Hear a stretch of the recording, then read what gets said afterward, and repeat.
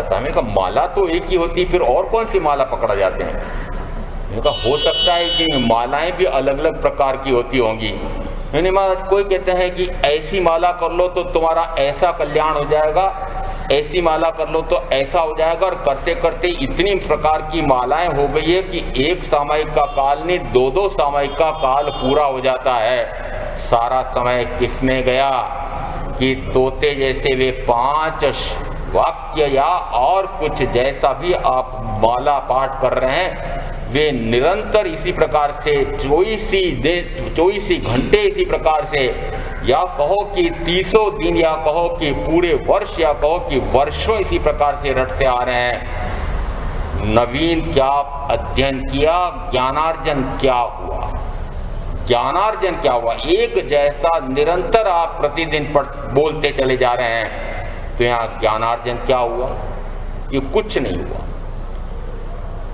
यदि 8 कर्म है, उनमें 4 घाती कर्म है, और घाती कर्म में अपेक्षा से कहा कि मोहिनी कर्म, उसमें भी दर्शन मोहिनी कर्म सर्वघाती है, परंतु दूसरी अपेक्षा से यह भी कहा जाता है कि इन 4 कर्मों में से मूल तो अज्ञान है, जो ज्ञान पर आवृत करने वाला ज्ञानावरणी है, वह मूल है, क्योंकि ज्ञानावरणी कर्म के कारण ही दर्शनावरणी कर्म का उदय आता है, और दर्शनावरणी कर्म के उदय से ही दर्शन मोहिनी कर्म का उदय आता है, और दर्शन मोहिनी कर्म के उदय में ही फिर चारित्र मोहिनी कर्म के कारण से वह मिथ्या भाव करता है, उसके कारण से 7-8 प्रकार के कर्म का बंध करता है। इसका अर्थ ये हुआ कि मूल में तो ज्ञानावरणीय कर्म हुआ, और ज्ञानावरणीय कर्म की निर्जरा या क्षय किससे होता है? तो उत्तरायण सूत्र का 29वां अध्ययन कहता है कि यदि स्वाध्याय करे तो ज्ञानावरणीय कर्म की निर्जरा करता है, और लक्ष्य प्रत्येक ने क्या कर रखा है? यदि लक्ष्य आपका सांसारिक है, लक्ष्य यदि शरीर या 5 इंद्रियां या उसके भोग हैं, तब तो वह लक्ष्य भ्रष्ट है। परंतु जिसने ऐसा लक्ष्य कर रखा है कि मुझे तो अब कर्म के आश्रय द्वारों को बंद कर संवृत होकर के, संवर करके जो कर्म उदय में आए हैं उन कर्म के अनुसार वर्तन न करते हुए, अनुकूल आए तो या प्रतिकूल आए तो राग या द्वेष न करते हुए वीतरागता में जाकर के शुभाशुभ से परे होकर के मुझे कर्म को नष्ट कर देना है, निर्धारित कर देना है, ऐसा जिसने परम चरम का लक्ष्य कर रखा है, उसके लिए क्या करना पड़ेगा? तो कि ज्ञानावरणीय कर्म की निर्जरा के लिए, क्षय के लिए स्वाध्याय। कितना महत्व हो गया। अब स्वाध्याय जैसे कहें कि स्वाध्याय करते हैं क्या, तो सामान्यतः अब तो फिर भी काफी समझने लगे हैं, परंतु कहते हैं स्वाध्याय क्या होता है, स्वाध्याय किसका करें? तो यहाँ इस गाथा में आया है आत्मादि अस्तित्वना जेह निरूपक शास्त्र। निरूपक यानी जिन्होंने निरूपण किया है, प्ररूपणा की है, प्रज्ञापना की है, सर्वज्ञ सर्वदर्शी जिस समय शिष्य के शंका का निवारण करने के लिए उस तत्व का प्रतिपादन करते हैं, तो उसको कहा प्ररूपणा, प्रतिपादन। तो जिस समय आत्मादि अस्तित्व ना, आत्मा के अस्तित्व को प्रतिपादित करने वाले यदि शास्त्र हैं, तो उन शास्त्रों को आधार मानो, वह आधार मानेगा जो उनको आधार मान करके आगे बढ़ेगा आत्मकल्याणार्थ, उसको कहा वह सुपात्र है। सुपात्र कौन? कि वह जो यदि प्रत्यक्ष सद्गुरु का योग नहीं मिलता है तो आत्मा के अस्तित्व का निरूपण करने वाले शास्त्रों को अब अप्रत्यक्ष में तो मेरे पास वही आधार है, ऐसा मान करके उनका स्वाध्याय करे। रुचियों में आया है उत्तरायण सूत्र के 28वें अध्ययन में 8 प्रकार की रुचियां दी है, और उसमें एक ऐसी रुचि भी आई है कि जो अस्थि धर्म में विश्वास करता है। आपके स्तवन में अंतिम पंक्ति है, जो है उसमें विश्वास करो, तुम स्वयं सिद्ध अविनाशी हो।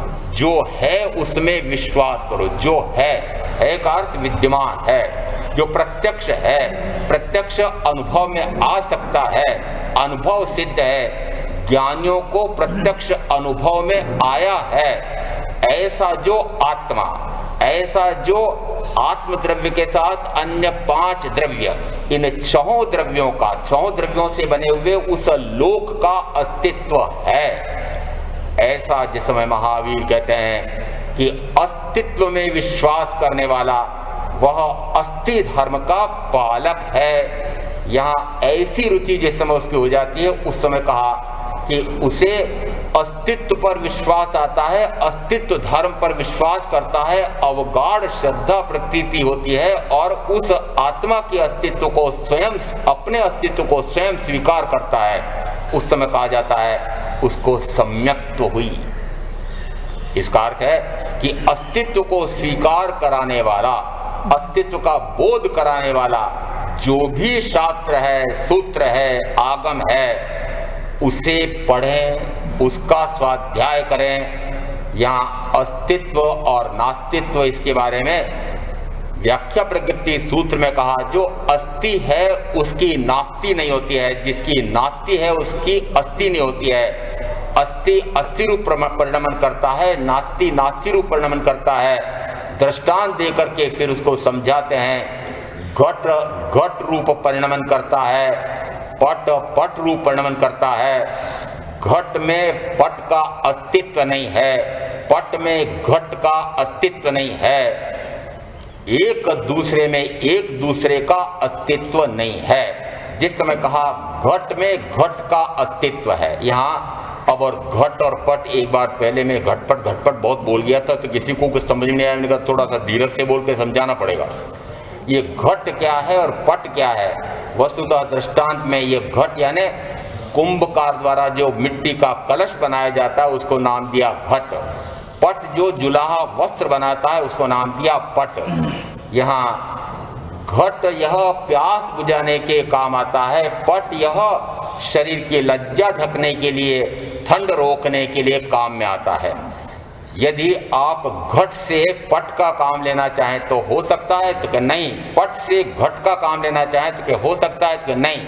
इसका अर्थ है कि घट अपने स्वभाव के अनुसार घट रूप ही परिणमन करेगा, यानी उसका जो गुण है प्यास बुझाने का, वह प्यास बुझाने के कार्य में तो वह आपको सहयोग दे सकता है, परंतु ठंड मिटाने में कैसे सहयोग देगा। यदि आप पट से प्यास बुझाने का कार्य करेंगे तो वह कहां से प्यास बुझाएगा। तो कहा जाता है घट में घट का अस्तित्व है और घट में घटत्व है, पटत्व नहीं है। घट में घटत्व है, पटत्व नहीं है। अब दूसरे रूप में इसको कहें कि घट रूप यह मिट्टी का कलश जैसे कहा गया है। व्याख्या प्रकृति सूत्र के 9:33 में जमाली पुत्र ने अपने माता से जिस समय दीक्षा की आज्ञा मांगी थी, तब जो संवाद हुआ था उसमें उन्होंने शरीर सौष्ठव का, उनके शरीर के बल का बड़ा विशिष्ट वर्णन करके माता ने कहा, बेटा इस शरीर का भोग भोगो।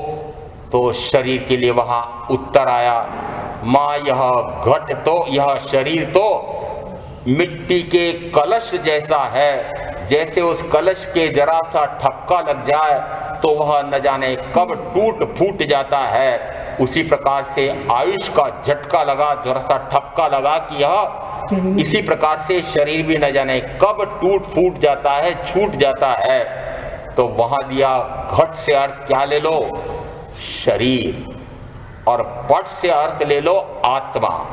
अब आत्मा में शरीर का अस्तित्व नहीं है, शरीर में आत्मा का अस्तित्व नहीं है।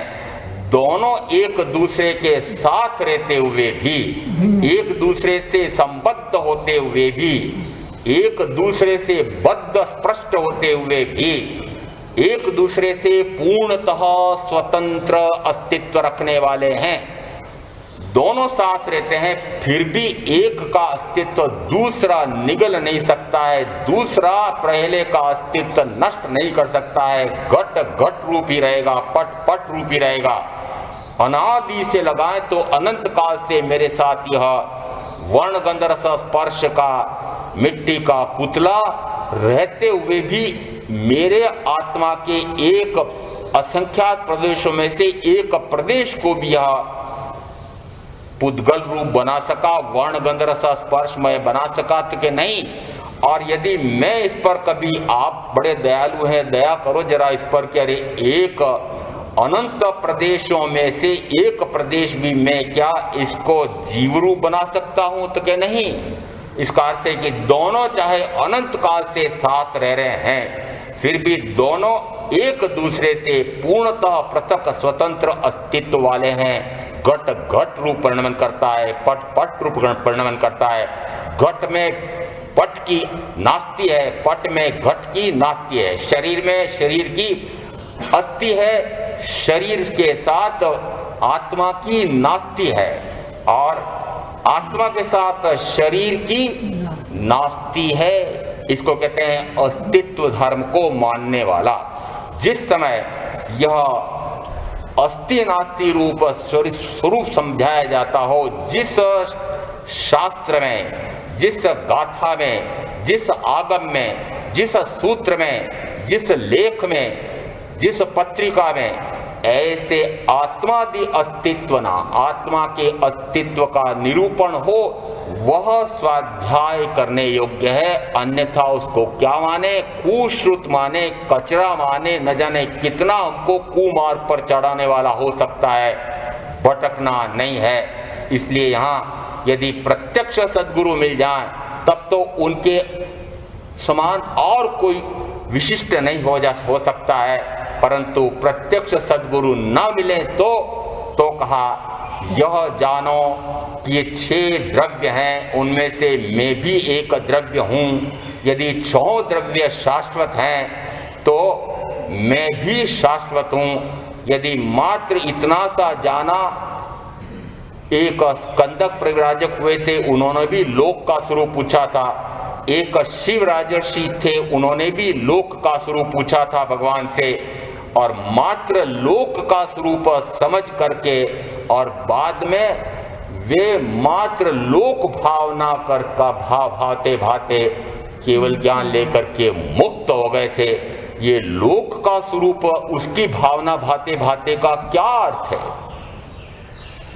लोक कैसा है? ऊर्ध्व लोक है, तिर्यक लोक है और अधोलोक है। अपेक्षा से ये 3 लोक कहलाते हैं। इसीलिए जिस समय हमारे अरिहंत परमात्मा, सिद्ध परमात्मा, इनको कहा जाता है त्रिलोकी नाथ। किनके नाथ हो गया? तीनों लोकों के नाथ हो गए। फिर इनका इतना तीनों लोकों का स्वामित्व, आधिपत्य उनके पास आ जाएगा तब तो बड़ा ठाठ हो जाएगा। आपको तो एक नगर निगम में जरा से क्षेत्र का स्वामित्व पार्षद रूप में मिल जाए तो आपके ठाठ लग जाते हैं कि नहीं? फिर तीनों लोकों के नाथ हो जाएंगे तब। उनको तीनों लोकों का नाथ बन करके क्या करना है? उनको तो स्वयं का नाथ बनना है। वस्तुतः तो परमार्थतः तो वे स्वयं के नाथ होते हैं, परंतु दूसरी अपेक्षा से कहा जाता है कि जिस समय वे सर्वज्ञ होते हैं, मात्र निश्चय से, परमार्थ नय से तो वे स्वयं ही स्वयं को जानते हैं, परंतु ज्ञान ऐसा है कि वह स्व को भी जानता है और पर को भी जानता है। पर को जान करके उन्हें कुछ भी करना नहीं है, पर है ऐसा जान करके पर के माध्यम से होने वाले पर भाव से परे होने का जो उन्होंने ज्ञान भान किया था, वह तो चौथा गुण था। परंतु अब वे यदि अरिहंत और सिद्ध स्थिति को प्राप्त हो गए हैं तो फिर पर को जान करके उन्हें क्या करना है? तीनों लोगों को जानकर क्या करना है? तीनों लोगों के स्वामित्व से उन्हें क्या करना है? वस्तुतः तीनों लोगों का स्वामित्व वही अपेक्षा से हमें ऐसा लगता है, अरे हमें तो थोड़ा सा धन वैभव का स्वामित्व मिल जाए तो हमें लगता है कि बड़ा अच्छा हो गया। तो उनको भी हमने उसी रूप में देखा, तीनों लोगों के नाथ हो गए। वस्तुतः तीनों लोगों को जाना, क्या जाना कि ये तीनों लोक शाश्वत हैं। दूसरी अपेक्षा से यह जाना कि यदि मैं शुभाशुभ भाव करता हूं, तो उसके कारण से शुभ से पुण्य का बंध और उससे ऊर्ध्व लोक में देवगति के ऐहिक ऐन्द्रिक स्वर्गीय सुख का मजा मिलता है, और उससे कुछ कम पुण्य का उपार्जन हो तो मनुष्य भाव के सुख मिलते हैं। परंतु यदि अशुभ भाव से पाप का बंध हुआ है, असाता विधि कर्म का बंध हुआ है, तो कहा तिर्यंच गति तिर्यक लोक में, मनुष्य गति और तिर्यक गति ये दो गतियां तो तिर्यक लोक में, तिरछे लोक में है। और आगे कहा अधोलोक में 7 पृथ्वियां हैं। शब्द बड़ा आकर्षक दिया है, 7 पृथ्वियां, परंतु वस्तुतः वे क्या हैं? 7 नारकियां। यदि अधोलोक अशुभ से अशुभतम तक भाव होता है, उस समय पाप की प्रवृत्ति में जाकर के वह घोरतम पाप कर्म का उपार्जन करता है, तो अधोलोक में जाना। यहाँ तीनों लोकों के स्वरूप को जान करके यह भी जाना कि इन तीनों लोकों से ऊपर और कोई है। तो कहा अग्रतम भाग में, जहाँ पर लोक और अलोक दोनों मिलते हैं, वहां पर एक दृष्टांत से समझाया। यदि एक रष्ट पुष्ट व्यक्ति दोनों पांवों को थोड़ा सा फैला करके कमर पर हाथ रख करके खड़ा हो जाए, तो सिर के अग्रतम भाग पर सिद्ध लोक है, सिद्ध शिला है। वहां पर कौन है कि सिद्ध बुद्ध मुक्त आत्माएं वहां विराजमान हैं। और उससे नीचे फिर कहा गले तक 9 ग्रेवैक हैं। उसके बाद फिर नाभि के 4 अंगुल ऊपर तक कहा कि अन्य देवों के विमान वाण यंत्र आदि सबसे नीचे, और उसके बाद में 4 अंगुल ऊपर और नीचे ये तिर्यक लोक जिसमें तिर्यंच और मनुष्य रहते हैं। और उसके बाद कमर पर जो हाथ रख रखा है उसके नीचे 7 पृथ्वियां नारकियां है। यहाँ अर्थ क्या हुआ? लोक भावना भाते भाते शिव राजर्षि केवल ज्ञानी होगा, उनका निरंतर में अनंत काल से शुभाशुभ शुभाशुभ शुभाशुभ पुण्य पाप पुण्य पाप पुण्य पाप, और उसी का कारण से ये चकडोर का झूला झूलते झूलते 4 प्रकार के जिसमें झूले लगे होते हैं, उसमें कभी ऊपर कभी नीचे कभी दाएं कभी बाएं। ये दाएं बाएं तो मनुष्य गति और देव गति, ऊपर तो देव गति, दाएं बाएं ये तिर्यक गति और मनुष्य गति, और नीचे नीचे वाला झूला ये अधोगति नरक गति। यहाँ न तो मैं अधोलोक में जाना चाहता हूँ, न मैं दाएं बाएं जाना चाहता हूँ, न मुझे ऊपर जाना है, मैं तो सर्वोच्च शिखर पर शैलेशीकरण, उत्तरायण सूत्र में 29वें अध्ययन में आया है शैलेशीकरण अणगार। वह अणगार क्या करता है? शैल का अर्थ होता है पर्वत का जो उग्रतम सर्वोच्च शिखर है, उसको कहा शैल, शिखर, चोटी। लक्ष्य कहाँ का?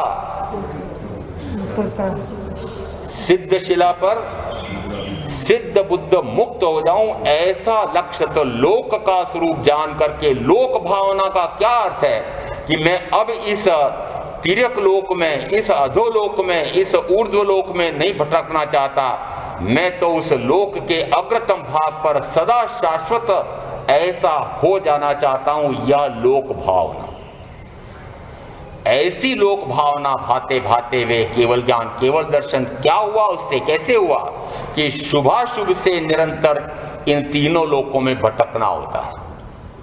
अपन क्या कर रहे हैं पता लगा कभी?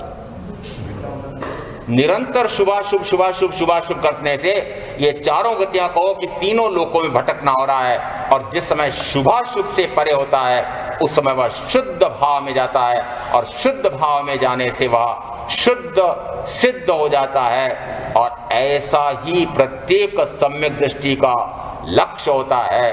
तो यहाँ अस्तित्व कौन सा? कि शाश्वत अव्याभात। 2 शब्द बड़े विशिष्ट सिद्ध परमात्मा के लिए आते हैं कि और गुण तो उनके भी और अरिहंत के भी ऐसे ही है, परंतु एक विशिष्ट अपने आप बाद में जोड़ा गया, वे सदा काल अव्याभात सुख में लीन रहने वाले। ऐसा सदा काल यदि एक जैसा ज्ञाता दृष्टा ज्ञाता दृष्टा ज्ञाता दृष्टा ऐसा भाव हो जाता है, तो वह सदा अस्तित्व में रहने वाला एक समान, ये अस्तित्व धर्म, यद्यपि लोक में 6 द्रव्य शाश्वत हैं, परंतु अन्य द्रव्यों का ज्ञान और भान करने वाला कौन? यदि दृष्टांत से समझना हो, एक ऐसा भी देश हो सकता है, जब तक सारी खोज नहीं की इस पृथ्वी पर कौन कौन से देश हैं, उस समय तक वास्को डी गामा ने और न जाने कौन कौन इस प्रकार से समुद्र में यात्रा करके खोजते थे कि कौन कौन से देश कहाँ कहाँ हैं। कहते हैं 200-300 वर्ष पहले तक अमेरिका का भी किसी को पता नहीं था, और वहां जैसे यदि ढेर लगे हुए हैं, कौन से ढेर लगे हुए? रत्नों के ढेर लगे हुए हैं, सोने चांदी के पहाड़ लगे हुए हैं, खदानें खूब भरी पड़ी हैं, और वहां कोई मनुष्य या जीव नहीं है, तो बताओ उन रत्नों के ढेर की कोई कीमत है? 5 द्रव्य चाहे कितने ही विपुल हों, परंतु छठा जीव द्रव्य में मैं नहीं हूं, तो फिर उनकी क्या कीमत? कौन समझेगा उनको? यहाँ इन 6 द्रव्यों में मुख्य कौन हुआ? मैं। जीव द्रव्य क्यों बोलते हो? ये क्यों बोल? मैं मुख्य हूं। तो इस समय जिस समय 6 लोकों से बने हुए इस लोक का शाश्वत स्वरूप समझ में आता है, उस समय यदि 6 द्रव्य शाश्वत हैं, 6 द्रव्यों से बना हुआ ही लोक शाश्वत है, तो मैं भी शाश्वत हूं। मैं शाश्वत हूं, इसका अर्थ है कि मैं भी अनादि आदि, जिसकी आदि नहीं है। अस्तित्व कैसा? कि अनादि से हूं और अनंत काल तक रहूंगा। ऐसा अस्तित्व बोध जिस समय होता है, सूत्र कृतांग सूत्र के दूसरे अध्ययन में भगवान ऋषभदेव ने 98 पुत्रों को जिस समय उपदेश दिया था, क्या उपदेश दिया? संबुज्ज किम न बुज्जई संबोई खलु पेच्चा दुल्ला णो हूणमंती रात्यो ना सुलभम पुनराविजीव्यम। संबुज्ज, बोधि को क्यों नहीं प्राप्त होते हो? समझते क्यों नहीं हो? आत्मा को क्यों नहीं समझते हो? आत्मा से शेष 5 द्रव्य पूर्णतः भिन्न है, ऐसा अपने स्वयं का स्वतंत्र अस्तित्व, उसका ज्ञान और भान क्यों नहीं करते हो? उस शाश्वत स्वरूप को क्यों नहीं जानते हो? उस शाश्वत अव्याभास सुख के लिए, आत्मसत्ता प्रकट करने के लिए, उस सिद्ध शिला की उस महासत्ता को प्राप्त करने के लिए समझते क्यों नहीं हो? किसको दिया? अरे यहाँ इनको सब दिया, ऐसा क्यों नहीं मानते हो कि मुझे बोध मिल रहा है? भगवान ऋषभदेव का सीधा 98 पुत्रों को बोध दिया। अरे वो तो चले गए, मुझे उनको बोध दिया, उससे क्या मतलब? यदि यहाँ यह बात हो रही है तो किसके लिए बोध है ये? तो क्यों नहीं मानते हो कि मां सत्ता प्रकट हो जाए, आत्मा की शुद्ध सत्ता प्रकट हो जाए, वह शुद्ध सत्ता का स्वामित्व हो जाए? अशुद्ध सत्ता कौन सी? कि निरंतर रागादि में जाने वाली, यह भी आत्मा की सत्ता है, परंतु यह अशुद्ध सत्तात्मक स्वरूप है। जिस समय अस्तित्व तो इसका भी है, परंतु यह अस्तित्व विकृत है। यह अस्तित्व सदा काल रहता ही नहीं है। अस्तित्व कैसे कहेंगे? यह भाव तो कभी आता है, कभी तिरोहित होता है, आता है और जाता है। इसका अर्थ है कि अशुद्धि एक समयवर्ती होती है और शुद्धता त्रैकालिक है। शुद्धता त्रैकालिक है और अशुद्धि एक समयवर्ती है। मात्र एक समयवर्ती वह अशुद्धि निकल जाए तो वह शुद्ध सत्तात्मक स्वरूप तो मेरा है ही। ऐसे अस्तित्व का जहां बोध प्राप्त होता है, और आगे इस गाथा में कहा, क्यों नहीं समझते हो? आत्माबोध क्यों नहीं प्राप्त करते हो? यह आत्मबोध अत्यंत दुर्लभ है। कहां दुर्लभ है? तो कहा यहां तो सुलभ है। और जिस अपेक्षा से कहा गया कि वर्तमान में तो यह अत्यंत सुलभ है। क्यों?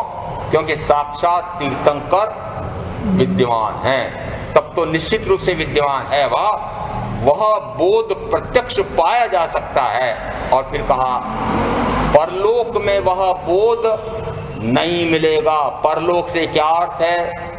परलोक यानी मनुष्य लोग गिन लें। अन्य 3 गतियों में, नरक गति में बोध प्राप्त हो सकता है, तो क्या असंभव, कठिन नहीं कहा इसको, असंभव। तिर्यंच गति में कि बोध की प्राप्ति नहीं हो सकती, उसको सम्यक प्राप्त करने का पुरुषार्थ नहीं हो सकता।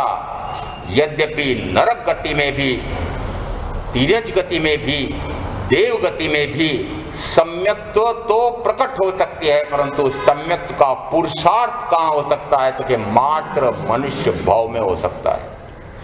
सत्य प्रकाश जी बार बार कहते, महाराज मनुष्य भाव को, शरीर को बिल्कुल उड़ा ही देते हो। शरीर की महत्ता कुछ तो मानो, शरीर की महत्ता कुछ तो मानो। यह महत्ता बता दी कौन सी, कि एकमात्र मनुष्य शरीर ऐसा होता है कि जिसके साथ रहते हुए आत्म पुरुषार्थ करे। महत्ता कहाँ गई है? महत्ता फिर कहाँ चलेगी? आत्मा पर चलेगी, आत्म पुरुषार्थ पे चलेगी, शरीर के पुरुषार्थ पे टिकी क्या? आत्मा के उत्थान, कर्म बल, वीर्य, पुरुषाकार, पराक्रम। अब यह पराक्रम भी जब मनुष्य शरीर मिलता है तो ऐसा पराक्रम फोड़ करके जिस समय वह सम्यक तो प्रकट होने वाली अपूर्व आनंद का आस्वाद आने वाला है, अपने अस्तित्व का बोध पूर्णतः होने वाला है, और उसी समय आयुष का काल पूरा हो गया, नरक में चला गया, तिर्यंत में चला गया, देवगति में चला गया, तो वह पूर्व का उसने जो पुरुषार्थ किया है वहां जाकर मार खाते हुए, दुखी होते हुए, सुख भोगते हुए भी उसको उस प्रकार का भान प्रकट हो सकता है। उस समय कहा जाता है कि सम्यक तो किसी भी गति में हो सकती है। पुरुषार्थ इसलिए कहा ना सुलभम पुनराविजी, इसलिए कहा परलोक में बोधि दुर्लभ है। संबुज्ज किम न बुज्जई संबोई खलु पेच्चा दुल्हा, अन्यत्र यह दुर्लभ है, परम दुर्लभ है। अन्यत्र यानी इस लोक में, मनुष्य लोक के अतिरिक्त अन्यत्र दुर्लभ है। फिर कहा नो हुणवंती रातियों, जो रातें व्यतीत हो गई हैं वे पुनः लौटने वाली नहीं है। रातों का यहाँ पर अलंकारिक अर्थ लें, जो समय व्यतीत हो गया है वह वापस लौटने वाला नहीं है। यह स्वर्णिम अवसर मिला है, ऐसा मानो कि मुझे मनुष्य का भाव मिला है, आर्य क्षत्र में जन्म मिला है, पूर्व के विशिष्ट पुण्य के कारण से आर्य कुल में जन्म मिला है, जहाँ पर आर्यों का, तीर्थंकरों का वाणी श्रवण करने का मुझे स्वर्णिम अवसर मिला है। इसे कहा नो हुणवंती रातियों ना सुलभम पुनरावि जीव्यम, यह जो मुझे वर्तमान का जीवन मिला है वह ऐसा दुर्लभ है कि पुनः पुनः नहीं मिलता है। ऐसा इस मनुष्य भाव का और इस आत्मा के स्वरूप को प्रकट करने के लिए पुरुषार्थ करने का मुझे ऐसा स्वर्णिम अवसर मिला है, ऐसा बोध देते हैं। और ऐसा बोध देकर के क्या क्या कि अस्तित्व को प्रकट कर लिया। जो अस्तित्व दबा पड़ा था उस अस्तित्व को प्रकट कर लिया, और फिर क्या हुआ, सदा काल उस सिद्ध शिला पर अपना अस्तित्व कायम कर लिया। ऐसा बोध का अंतिम चरम फल ऐसा होता है, जो आत्मा के अस्तित्व का बोध होता है वही कहाँ ले जाता है कि उस सिद्ध शिला पर जाकर सिद्ध बुद्ध मुक्त हो जाता है। ऐसा अस्तित्व धर्म प्रकट करने वाला जो शास्त्र है वह पठनीय है, मननीय है, स्वाध्याय करने योग्य है। वही सुपात्र के लिए वह आधार है, अन्य नहीं है। दूसरी अपेक्षा से कहा जीव, एक अपेक्षा से कहा द्रव्य है, जीव एक तत्व है, और साथ में दिया कि इस जीव को अन्य से संबंध जोड़ने पर, अन्य ने कौन कि अजीव से जैसी मैंने संसर्ग संपर्क संबंध जोड़ा है, और संबंध मैंने कैसा जोड़ लिया कि उसमें मैंने तादात्म्य संबंध कर दिया। तादात्म्य का अर्थ होता है मैं और ये एक ही है। संयोग का अर्थ होता है मैं और ये मात्र जुड़ते हैं और बिछुड़ते हैं, ये कहलाता है संयोग संबंध। कुछ पारिभाषिक शब्द भी याद रख लेना और बड़े महत्वपूर्ण होते हैं ये। संयोग संबंध, शरीर और आत्मा का संबंध संयोग संबंध है, आत्मा और ज्ञान का संबंध तादात्म्य संबंध है, अग्नि और उष्णता इन दोनों में संबंध तादात्म्य है। जिस समय मैंने इस शरीर से तादात्म्य कर लिया, मैं और ये एक हूं, यह विकारी भाव है। इस विकारी भाव के कारण ही फिर ये जीव के साथ जीव के विकार से इस पुद्गल में विकार होता है और पुद्गल के विकार से जीव विकृत होता है। अकेले जीव के विकार से यह पुद्गल परमाणु कार्बन वर्गणा का यह विकृत नहीं होता, और कार्बन वर्गणा का पुद्गल विकृत हुआ इस कार्य से कि वह ज्ञानावरणादि द्रव्य कर्म रूप में परिणमित हुआ है, तो फिर उसके विकार से पुनः मैं रागादि विकार में जाता हूं। अर्थ क्या हुआ? मेरे यानी जीव के विकार से पुद्गल का विकार, पुद्गल के विकार से जीव का विकार एक दूसरे के पूरक बन करके फिर तत्व बने 9। मैं इन 8 तत्वों से पूर्णतः भिन्न शुद्ध जीव तत्व हूं, ऐसा जिसमें निरूपण मिले कि यह जीव यद्यपि पूर्णतः स्वतंत्र तत्व है, परंतु यह विकृत होता है, पुद्गल के साथ संबंध जोड़ता है, तादात्म्य संबंध जोड़ता है, यही मैं हूं, यही मेरा है, ऐसा जानता मानता है, तो उसके कारण से उस विकार से वह कर्म से बद्ध होता है, स्पष्ट होता है। उसको नाम दिया जीव अजीव बंध। और जिस समय उसको लगे कि अंतःबंध होता क्यों है, क्योंकि जिस समय मैं इसको शुभ परिणमन करते हुए पाता हूं तो मुझे शुभ भाव राग रति का भाव आता है। यदि यह अशुभ रूप परिणमन करता है, विपरीत परिणमन करता है, वर्ण गंधर्व स्पर्श अनुकूल हो तो प्रसन्न, और ये प्रतिकूल परिणमन करते हैं उस समय दुखी आर्त में, उस समय ये शुभ और अशुभ भाव करने से पुण्य और पाप 2 तत्व बने, और उन्हीं के कारण से कर्म का आना होता है। जिस समय मुझे पता लगा कि शुभ और अशुभ भाव करने से कर्म का आना होता है, यदि मैं इन दोनों को रोक दूं तो कहा कि कर्म का आना रुक जाता है, और उसे कहा संवर है। और यदि पूर्व का मैंने उपार्जित कर्म उसका उदय आए और उस कर्म के उदय के अनुसार वर्तन न करूं तो वह फल दे देता है, परंतु मैं उस फल को न चखूं तो वह कर्म नष्ट हो जाता है, निर्जरित होता है। ऐसा निर्जरा का स्वरूप है। और ऐसे अंश अंश देशतः निर्जरा करते करते जब सर्व कर्मों का क्षय हो जाता है तो उसे कहा मोक्ष।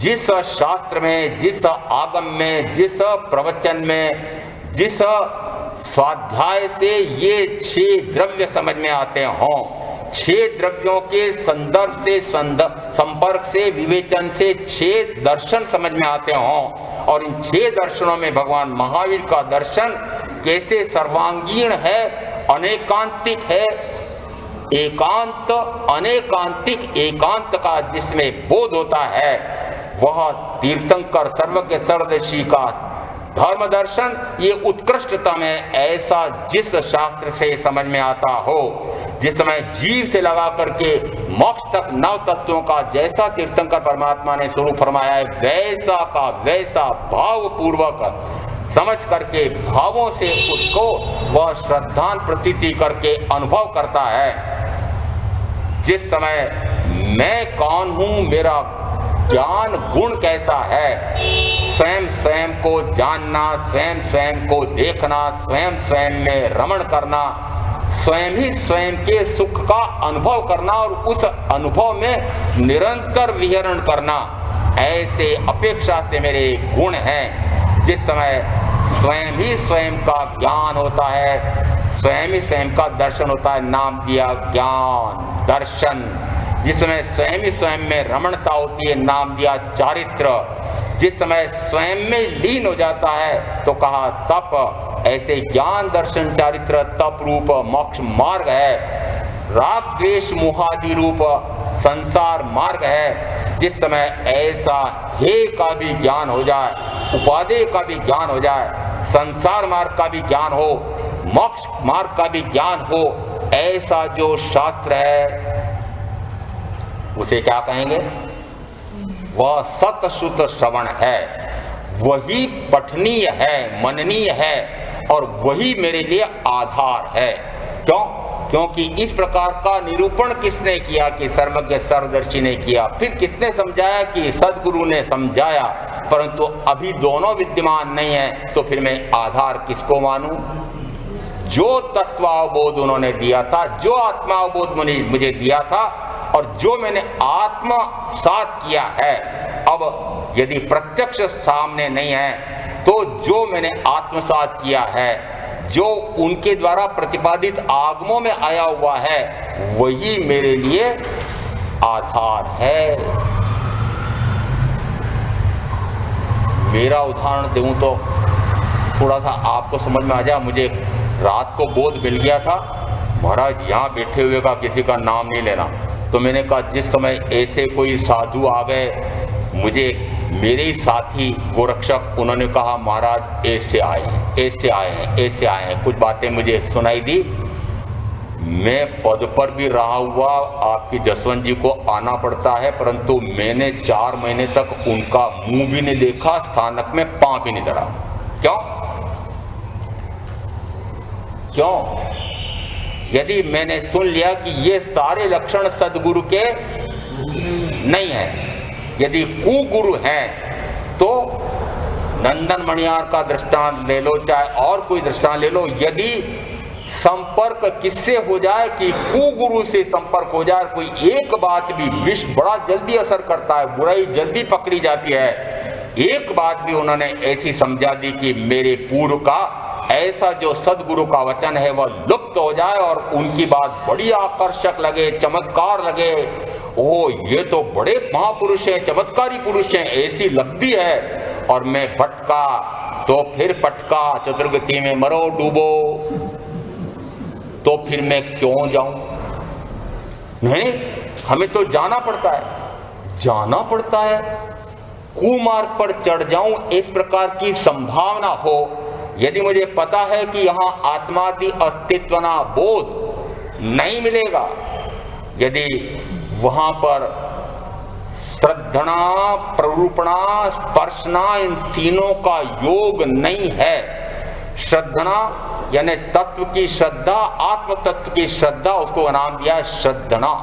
श्रद्धना यानी श्रद्धा कैसी है? मेरी देव गुरु धर्म पर अटूट श्रद्धा है, आप भी कहते हैं, है? देव गुरु धर्म पर मेरी अटल अटल विश्वास है, पक्की श्रद्धा है। कौन कौन बोल रहा है जरा मैं उन्हीं से पूछूंगा। मेरी अटूट श्रद्धा है, किस पर श्रद्धा है? देव पर। ओ देव, देवादिदेव, देव अरिहंत परमात्मा, तीर्थंकर परमात्मा, परम वीतरागी, लेश मात्र भी जिनके राग नहीं, लेश मात्र भी जिनके द्वेष नहीं, लेश मात्र भी जिनके मोह नहीं, वे जित मोह जितेंद्रिय इंद्रिय विषयों का लेश मात्र भी उनको राग रति नहीं, पूर्ण विजेता कषायों के पूर्ण शमन करने वाले, परम शांत धीर वीर गंभीर, ऐसे आनंद में मग्न रहने वाले, ज्ञाता दृष्टा ज्ञाता दृष्टा ज्ञाता दृष्टा, ऐसे परम वीतरागी, परम शुद्ध, ऐसे अरिहंत परमात्मा मेरे देव हैं। पक्का? जिन्होंने कहा हमारी अटूट श्रद्धा, उनसे पूछ रहा हूं, यदि ऐसे राग द्वेष के विजेता मेरे देव हैं, फिर रागी द्वेषी मेरे कुल देव, मेरी कुल देवी, मेरे अमुक, क्या क्या नाम है आपके यहाँ भी कुछ नाम है, ये मेरे कुल के देवता हैं, ये मेरे कुल की देवी हैं, ये मेरे नाम बताओ क्या क्या है? हाँ, पूर्वज, ये मेरे पूर्वज हैं, ये मेरे पिता हैं, ये मेरे अमुक समय के मेरे माता हैं, कुल माता कुल पिता ऐसे हैं। और यदि उनकी मैं पूजा अर्चना ना करूं, यदि बेटा हुआ है तो उसके वहां पर साल भर तक बाल ना कटा करके वहां जाकर के उनके वहां पर बाल समर्पित ना करूं, सवामनी ना करूं, लड्डू ना चढ़ाऊं, तो न जाने क्या हो जाएगा। अब जिन जिन ने पहले कहा था कि मेरी तो देवादिदेव अरिहंत परमात्मा ही देव हैं, इनमें मेरा अटल विश्वास, अटूट श्रद्धा है?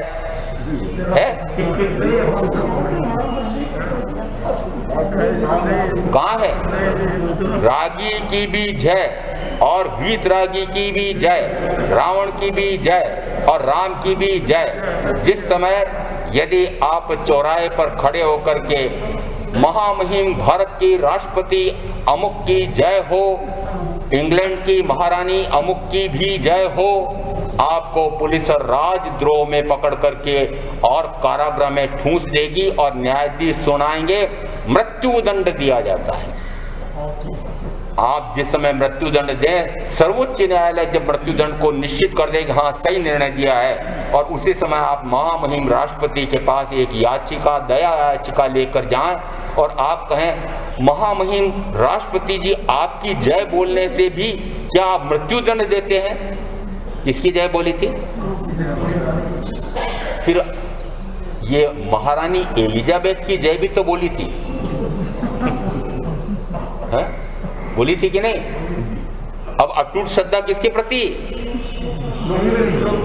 यदि अन्य देवी देवता को भी मैं मानता हूं तो फिर यह राजद्रोह नहीं है, देवद्रोह कहलाता है।